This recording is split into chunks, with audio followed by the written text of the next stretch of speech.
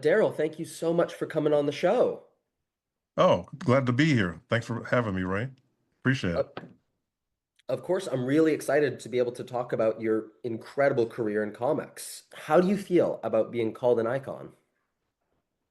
I don't know if I've heard that before. Whenever I hear Icon, I think of the Milestone character, who's my favorite Milestone character. So I'm thinking I'd have to get in shape to look like Icon. I guess to me, an icon is John Byrne, Walt Simonson, people like that. It's funny, I still have vivid memories of trying to break into the industry. I'm certainly trying to make my mark on the industry so people enjoy my work. And hopefully I'm doing that. Absolutely. Do you mind if I ask actually how you broke into comics? I get this question often, and I always have a little chuckle. Have you ever heard the expression overnight sensation, an overnight success? Like things just Yes. happen immediately.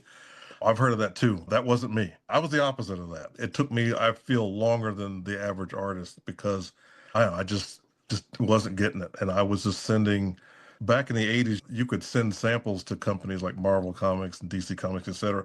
And they would actually take a quick look at them very quick and give you a rejection letter. And I had a stack of rejection letters. Do you know what a phone book is? I don't think they make Yes, phone books yes. anymore. Okay. It's like they used to drop them on your front porch. It was before we had the internet. Yes, I'm that old. You would have a phone book with businesses or residential numbers. So I had a stack of rejection letters that rivaled the phone book. And I wish I kept them because I think I've told that story so many times. Do people really believe that I was rejected time and time again? Oh, it's quite true. But it showed me how bad I really wanted it. So back in the day, you could have a convention. It could be relatively small, and major publishers would show up. Thinking back, I've seen Marvel and DC have booths at tiny shows, but it was a different time. This was pre-internet, so I guess they had to get out there. So whenever they would show up, I would show them my work, and they would talk about what they didn't like about it. My feelings would be hurt, but I'm like, okay, I'll work on it. I think I first started to seriously show my samples, I'd say, shortly after I graduated from college in 1987. And I didn't break in, I didn't get my first published work until 1989. So it was 2 years of disappointment and heartbreak and asking myself, are you sure? But I was sure. I could see it. I would go to conventions, I'd show my portfolio, and I'd say, one of these days, that's going to be me sitting at that table signing books. That's it. I believed it. I had faith for it. So here we are. Art. Real short version. There's a lot more to it, the first published work, but I kind of want to encapsulate it a little bit for us. That's fantastic. Thank you for sharing. And as you touched on, you have been in the industry a long time now. Do you ever tire of telling possibly the same stories again? Or do you bring something different or a new perspective when getting interviewed? I never get tired of it because this was a dream. I was really inspired by my parents, my father in particular, because he worked very hard at the job. He worked at a steel mill and he hated it. Hated it. It was a dangerous job, but he was a very hard worker. And both my parents really taught me work ethic and to always keep your faith in God and always work hard at the things that you really want to accomplish. But I thought, I can't have a job that I hate. I can't do it. I can't do it. And a lot of my family members on both sides of my family are military. And I have nothing but respect for the military, but that's not me. I'm an artist at heart. So no matter how many times I got turned down, that sort of thing, I knew I had to stick with it because I felt like it would be for a reason. Fast forward a little bit, I taught at the college I graduated from, and I had no idea that would happen. I went through all the discouragement and things of that nature. I ended up being able to share that with my students, and then they didn't feel so bad when they were trying to accomplish the things they were doing. I said, that's part of it. It really shows you, is it something you like to do or is it something you love to do? Or in some cases, something you've got to do. I think if I was a trillionaire, I'd still be wanting to draw. It's a part of me. It's how I express myself. Wow, that's really inspiring to hear because I know there's a lot of creators out there who are still trying to break into comics and have been rejected time and time again. So it's really amazing to hear that from such an established pro like yourself. The last time you were on the show, you were to do work with Franklin Mint. What can you tell the fans about that? Are you still doing work there? Tell us all about it, please. The company is like the Franklin Mint. I was working with one of their, I think, competitors, the Bradford Exchange. Oh, I'm not currently working with them at the moment, but I was doing work for them, I'd say over 15 years. They do licensed property things, anything from jewelry to statues to a lot of statue work and a lot of holiday themed statues with licensed properties. I've drawn everything from Josh Allen to the Buffalo Bills NFL statue designs. I've done DC Marvel statue designs. I've done decorative locomotives. I've drawn Santa Claus doing various things, Disney characters, Mickey Mouse riding a bike. I'm just stream of conscious off the top of my head, things that it's more, this is what we need. This is how much we'll pay you. When can you do it? This is when we need it. Sure, I got it taken care of. And I did that for over 15 years. And I liked doing it, but there were times where, oh man, some of the characters were so detailed. Working with the Pirates of the Caribbean, the details of the costumes of some of those, like Captain Jack Sparrow. Oh yeah. But after drawing him for like maybe the 50th time, I could almost draw him out of my head, every detail included, because I had to do it over and over again. But it was worth it. It was. I don't want to seem like I'm complaining because it was good money for. They compensated me well, just like my work with toy design. I've done work with Mattel and Hasbro, particularly Hasbro. Hasbro, I remember, it's been a while, but they would always want something real quick, but they would compensate you well for the turnaround time. But again, a lot of work I did from all the companies I mentioned was a lot of ideas, conceptual. I remember with Hasbro doing toy designs for the MCU when it was before it was fully launched. And I at one point I used to have to sign all these non-disclosure agreements that I wouldn't share it. But after a while, they knew I wouldn't. I said, I'm not stupid. If I share this stuff, you're never going to hire me again. After a while, they go, oh, he's not going to tell anybody. And I didn't. But I remember seeing costume designs for Captain America and Thor and a bunch of others. And honestly, when I first saw it, I thought, I didn't like it. I thought, they're not going to go like Thor looked like Ghost Rider. He's got an all black costume. To me, Thor is how he looked in the 70s, how I grew up. And I thought, Mhm. oh, it'll probably eventually look more like that. No, that was it.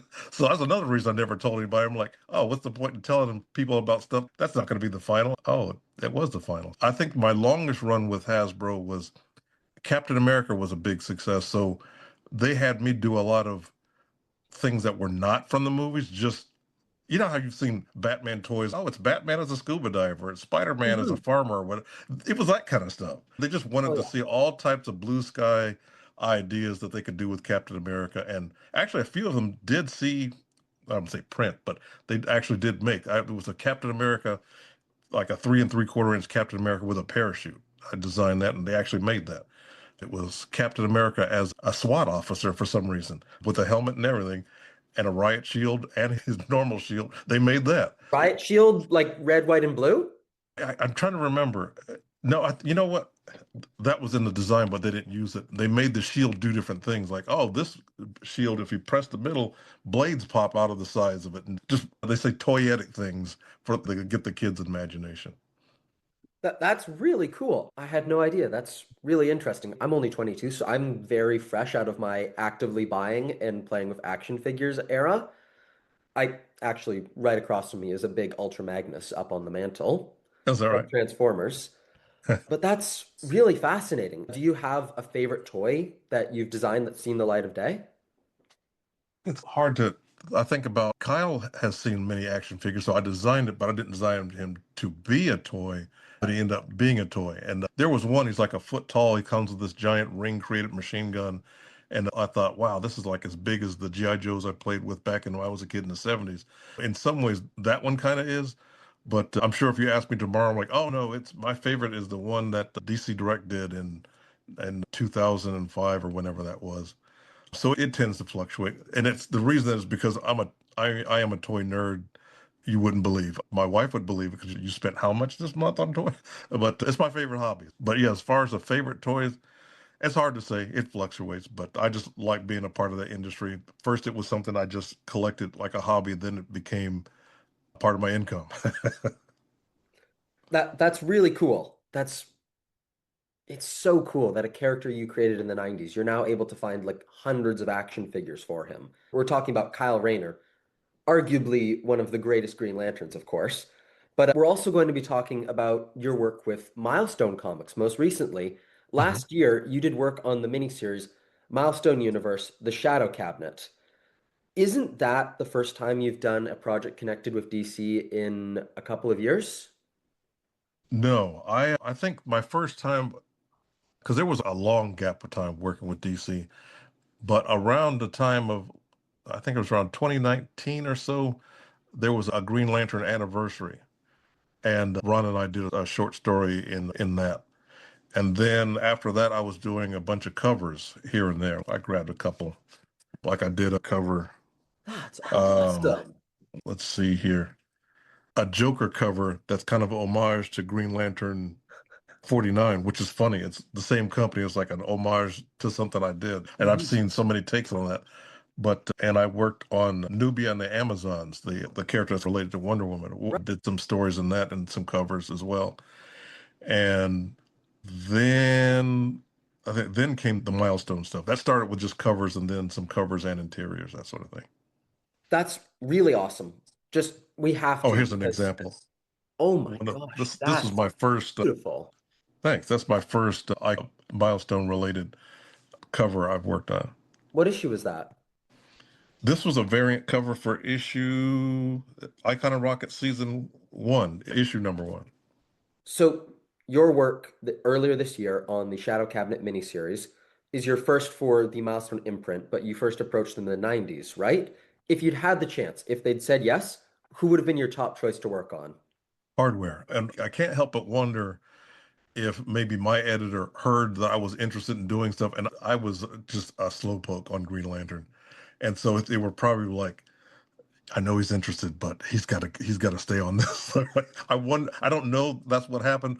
That would be reasonable. So I can't help but wonder, is that why I never got a chance to do any of the original Milestone run? When you think about during Kyle Rayner's run, I had people, artists like Paul Pelletier and Jeff Johnson do fill-ins. That's because I was slow. So, I mean, in some ways that was great for Kyle. He was drawn and interpreted by great talented artists like the ones I just mentioned, but it wasn't because, oh, I'm just going to take a vacation now. It was hard for me to keep up with the monthly grind without help. Yeah, so I think that had a lot to do with I never was able to connect with Milestone back then. But fast forward, no time like the present, being able to work on the various characters with the Milestone and then, of course, the Shadow Cabinet. And so how did it come about that you got to do the pencils for last year's miniseries, Milestone Universe, The Shadow Cabinet? I was approached by the editor, Marquise Draper, who liked my work and was following what I was doing, I think probably on recent Green Lantern stuff. And Marquise of himself is easily one of the greatest editors I've ever worked with because he has that right amount of pressure. Because an editor can't afford to be like your friend. He's got to like, all right, we got to keep up with this. And even though I'm much faster than I was back in the 90s, still he had to make sure that we were keeping up with things or if I needed some help. Unfortunately, Shadow Cabinet had other artists working with it. But to be so young, I'm not sure how old he is. He's so much younger than me, but he's talented. He's got a good listening ear. And anytime he needs anything from me, he can count on me because he's been nothing but fantastic to work with. I have zero negative things to say about him. I love working with him. I look forward to working with him again. That's awesome. And I have to mention my writer, Joseph Illidge, who you talk about a guy who he's an idea machine, and is not afraid of controversy or pushing an envelope. And sometimes I'm thinking, if I'm working with Joe, what are we going to get into? Let's find out. Shadow Cabinet, I loved it. And it was around that time I realized I really didn't know very much about the original Milestone characters. So I went back and reread, or in some cases, read for the first time some of the original 90s books.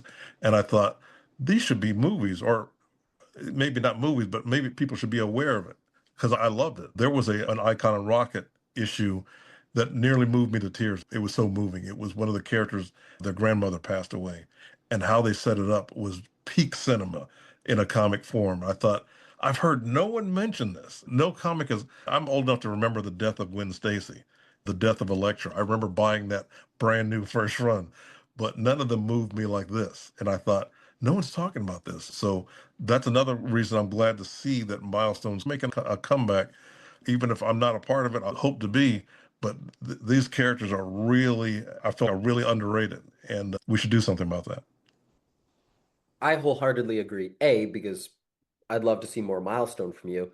And B, I'm on a bit of a Milestone discovery kick myself. I found a bunch of old hardware back issues in a dollar bin a while ago, and I've just been loving them because it's, or at least in my area, it's really hard to track down any of the old milestone stuff. So I'm really enjoying whatever I can find, just really revolutionary for its time. What I Uh, ended up so doing is DC has their online comic service, DC Access. Universe. It's just like Marvel's. Although I noticed I spend more time on DC's. That's how I was able to reread the old milestone stuff because they have them.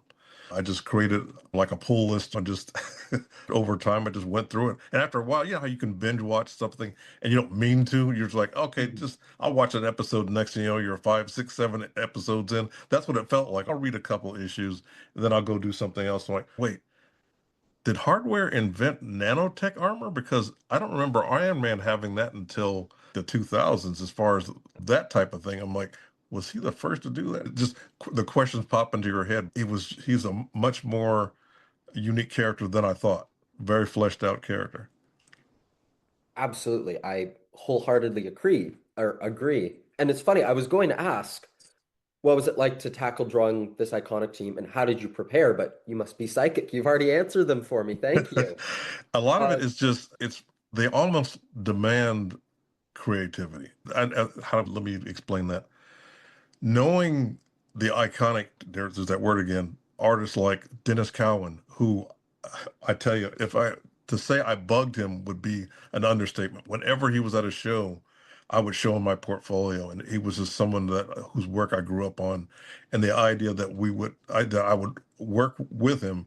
Still to this day, I'm like, I worked with Dennis Cowan. We worked on designs together. We co-created a villain and one of the villains in Shadow Cabinet. And it was one of those things where, wow, it's my turn to be starstruck.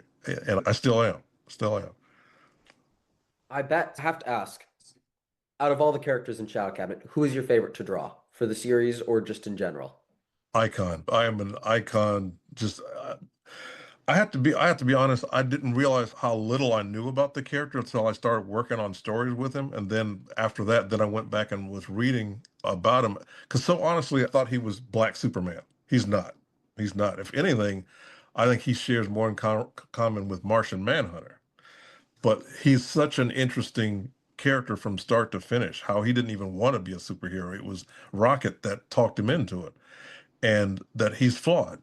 Virtue was something he realized was necessary because of the world that was outside of his window. And it was the discoveries that he makes, I thought makes for such a fascinating character. And that's how, at the moment, and that's saying a lot because all these characters are great. Like I said, Hardware, Rocket, all of them. But Icon, in all honesty, I would love to pitch a chance to do an Icon story or something like that to really go more into his past. Because unlike Superman, he actually came to Earth as an adult, but he was turned into a baby, whereas Superman came as a baby. So he's had two childhoods. I thought, Mhm. what about a story that can look into that? His original alien form and then his human form. So I just think that there's more mileage to get out of that creatively. Absolutely, and it's definitely an aside to the character that's yet to be explored. I, for one, would definitely be here for it. Great. Yeah, but you mentioned him earlier. How did you and writer Joseph Illidge balance the nostalgia for the original Milestone era with the need to evolve and continue the story of the Milestone universe? I got to give credit to Joseph for that one. Since he was there from the very beginning, he knew what needed to be touched on and what needed to be developed for a more modern take on these characters. And obviously, he's infinitely more familiar with them. And it was also a great honor to be able to create new characters along the way. So I'm just enjoying it, hopefully, just the way the readers did as I'm doing it.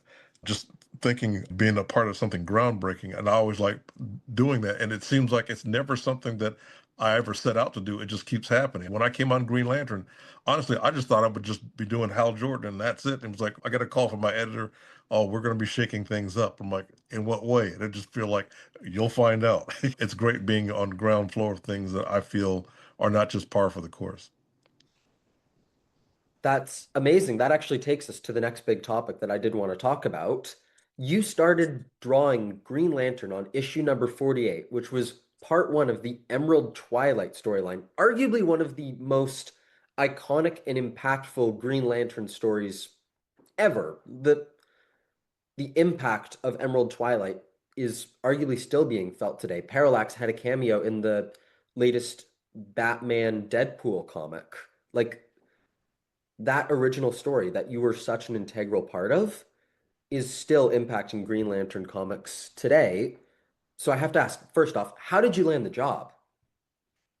I pestered them 24/7. And it was something that I really was curious about. Now, I started with DC Comics doing Legion of Superhero stuff. And even that was something that people that know me, that once I've got my mind on something, I won't shut up about it. But I remember I started in the independents. I was working at companies you probably never heard of for half a decade Oh, before try me. Innovation. You've heard of Innovation? I No? got a thing for niche indie publishers from the 80s and Okay. 90s, so I've heard of Millennium? them. Probably haven't read a ton of their stuff, but Okay.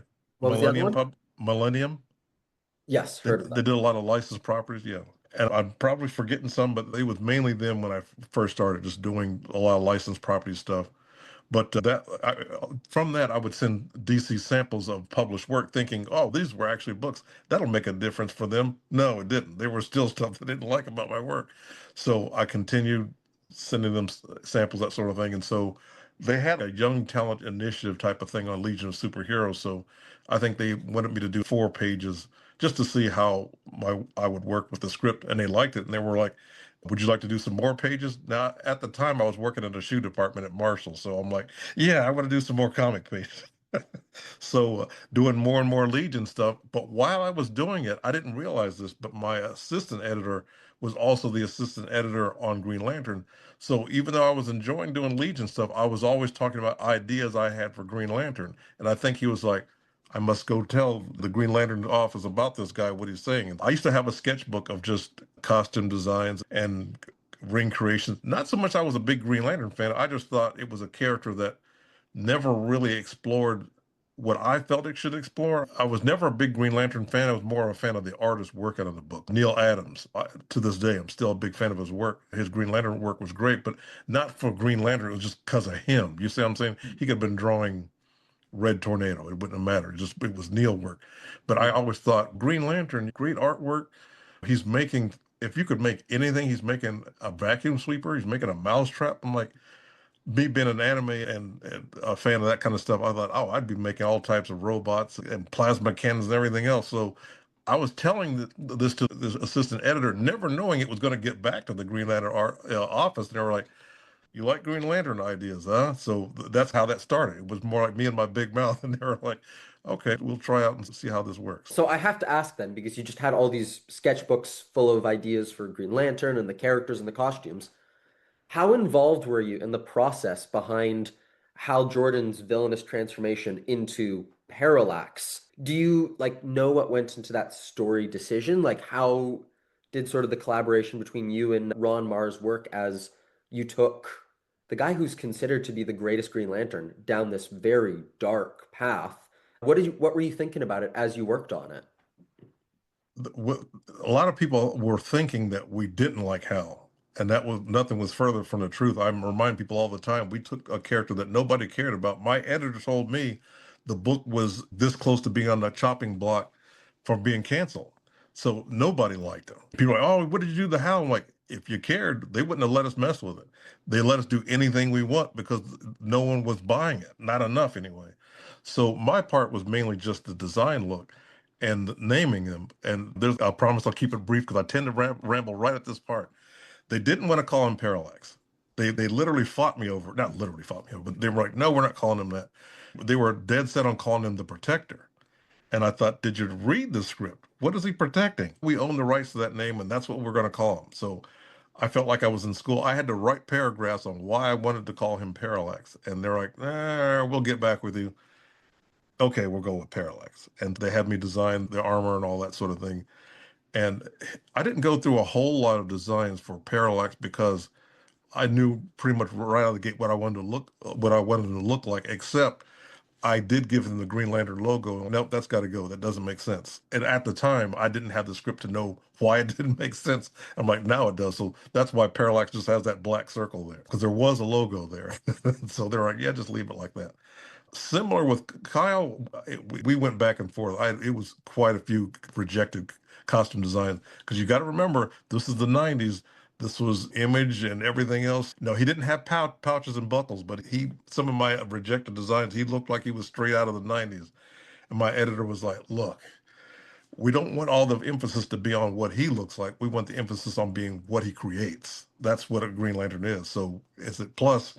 You'll be thankful that we kept it simple because again, being 90s, I wanted them to have all this extraneous detail that thinking back, oh, it's just I can't look at it. So they took elements of several designs they liked. Oh, we like the mask from this one, the gloves from this one, the boots from that one, the bodysuit from this one, but it was like the sound of brakes when it came to the logo. Wait, no, I don't know if we like that logo or not.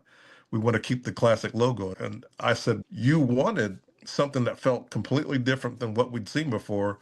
That's what I'm giving you. Yeah, we want to keep logo for ID purposes. And I'm like, here's why I made Kyle's logo the way I did with the split in half like that.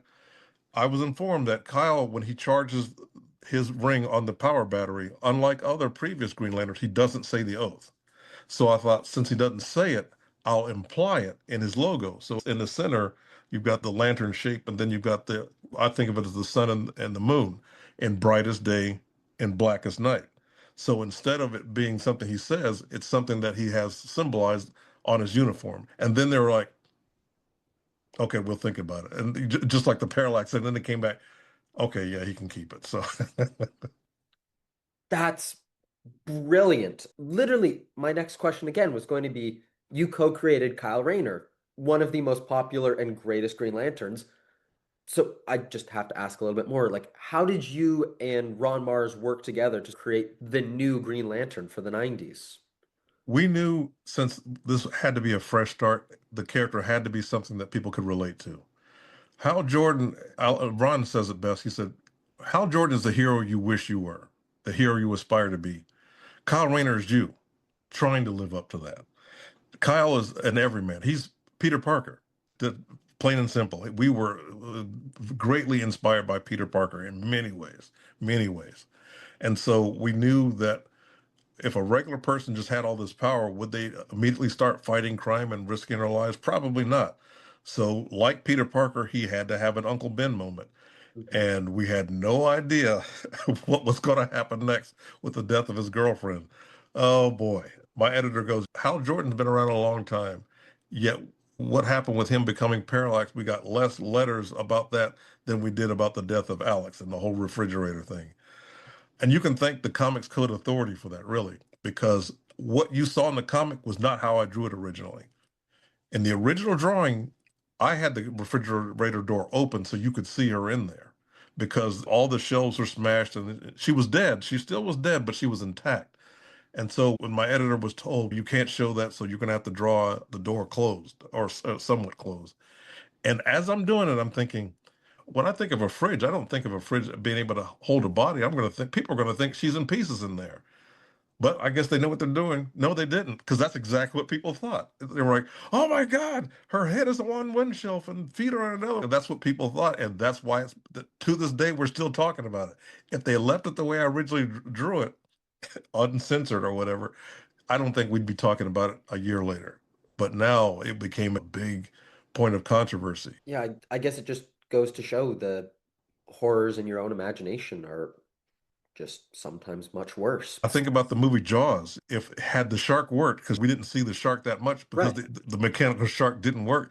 But to me, it would have been an average movie if we all could always see the shark. We know what a shark looks like, but what's scary about it is the idea of a shark. And to me, that's why I think the power of the imagination. It's little kids think there's a boogeyman under the bed, there's a monster in the closet. You don't see it, you just think about it. Wow, thank you so much for sharing that. That's fascinating. I've read that issue. Oh gosh, the number of it escapes me, but the one where Alex dies and that panel is very haunting because so much is left to the imagination.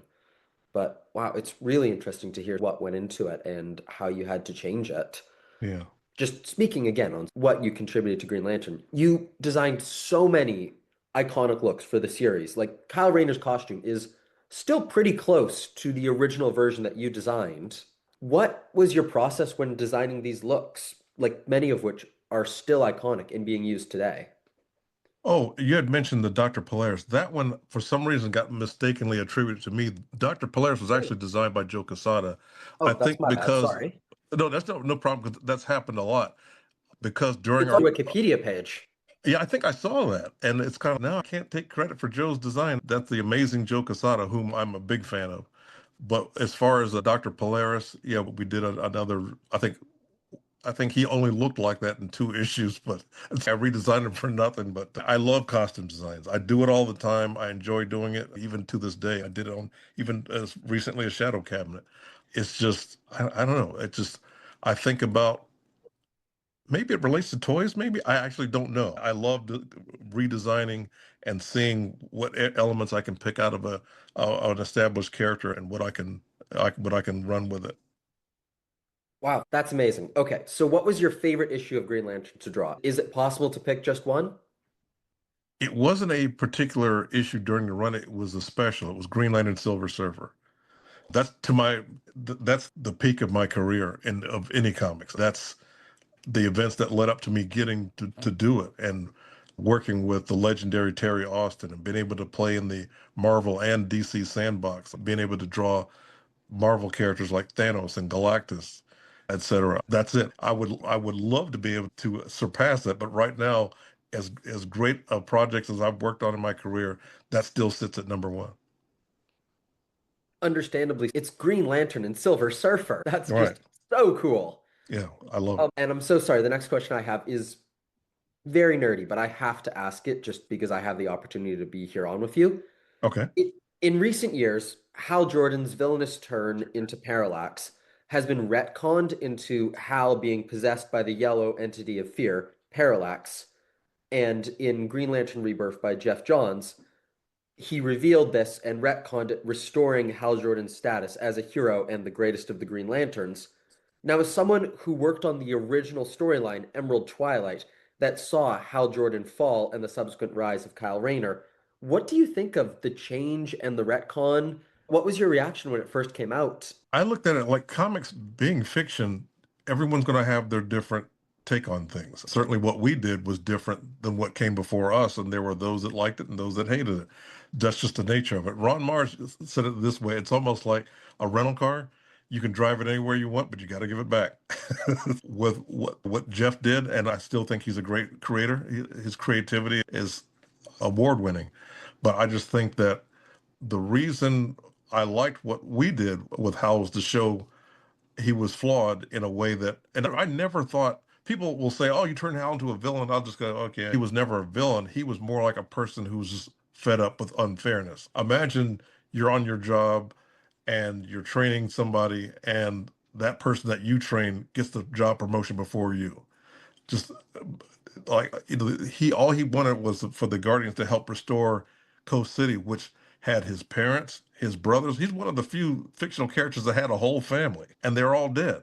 And he knew they had the power or would find out a way to get the power to bring them back to life, and they wouldn't even consider it, considering all he's done for them. And he snapped. Just think about what would it take for anybody to be pushed beyond their tolerance. What was just the last straw. That's how I always saw it. And I think that was how Ron and I presented it. We never thought he's the villain. He's trying to destroy the world. He's want to poison the water supply. Like he's not a super villain. It was more like he, with good intentions, he thought that he was going to help things. And what's the old expression? Nobody's a villain in their own story, but maybe he actually is, but he's not trying to be. The path to hell is paved with good intentions. Good intentions. There you go. Yeah. Also, could you imagine if they had named him the Protector as opposed to Parallax? That would completely have changed things down the line. If people wonder, like, why, what's he protecting? That was my question. Is he protecting his own interests? Now, I understand that because of the legalities, they wanted to go with something that they own. I said, you'll own Parallax. I guess they do now. I don't know what the problem was. That's above my pay grade. I don't know why, but they went with it. And then it's funny. And then in the movie, the creature was, yeah, I saw it in the theater. I remember thinking, they called this thing Parallax. Oh, yeah, boy, it was like they didn't want to call him that. This thing would have been the protector. Yeah. Yeah. That's funny. It's really interesting just to see how things could have been different. Yeah. And moving on to more recent things, what do you have coming up for 2026? at the moment, as we speak, Green Lantern 600 is coming out. And so, of course, they had to get Ron and I to do a Kyle Legacy story, which it's being colored as we speak. I've digital penciled and inked it. Like pretty much all my recent work with DC and comics in general have been all digital. I started out traditional, pencils, but I always felt like maybe one of the reasons my comics work started to dwindle was I needed to upgrade. I needed to add to my skill set. So I thought, let me go kicking and screaming more into this digital thing. And then the more I did it, the more I liked it. So yeah, like Shadow Cabinet, all the Green Lantern stuff I've done recently, et cetera, and even my independent comic stuff I've been working on, it's all digital. It's all digital. That's awesome. What independent comics are you working on?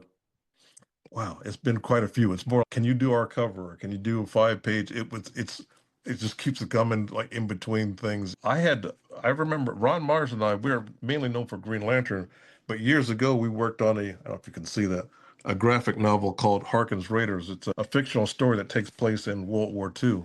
So it's like a historical fiction action movie type of thing.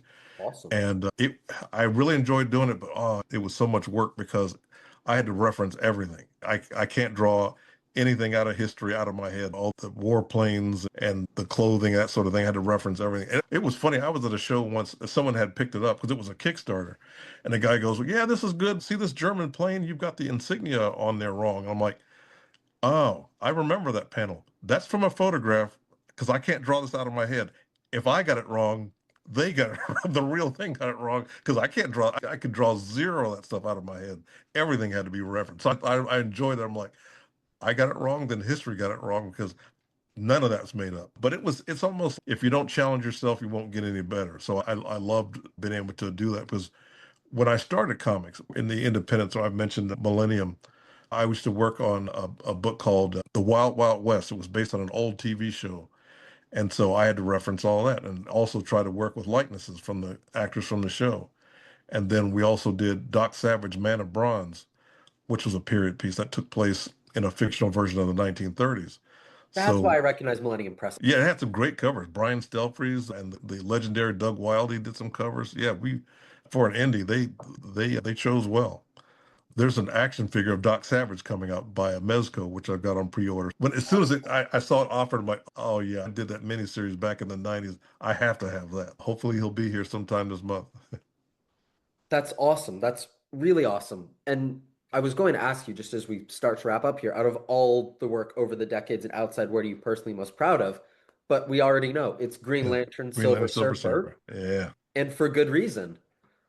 But looking back over your career, both inside and outside of comics, besides Green Lantern, Silver Surfer, because nothing can top that, again, right. Lantern and Silver Surfer, which project or accomplishment are you personally most proud of? Feel free to list as many as you want. I know I would Hmm. not be able to keep it to one. I really like Shadow Cabinet, and I'm not just saying that because it was fairly recent, but I loved being able to work on characters that have been around a long time, but I realized I didn't know them as well as I thought I did, and to be able to introduce them to a whole new generation of comic collectors that are unaware. I think so often there might be people thinking like, "Oh, hardware, isn't that just Black Iron Man?" No, so much more than that. Oh, Icon, isn't that just Black Superman?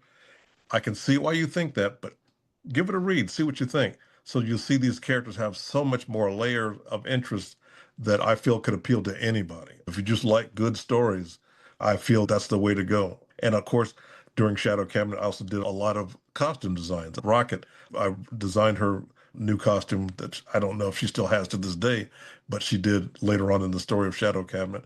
And Hardware, he has, I guess I'll jokingly call it his version of a Hulkbuster, like a really big Hardware Omega suit. I got to design that. He's used those type before, but for this story, they needed a specific one. I'm thinking, you want me to design a hardware suit? I mean, it's like, pinch me.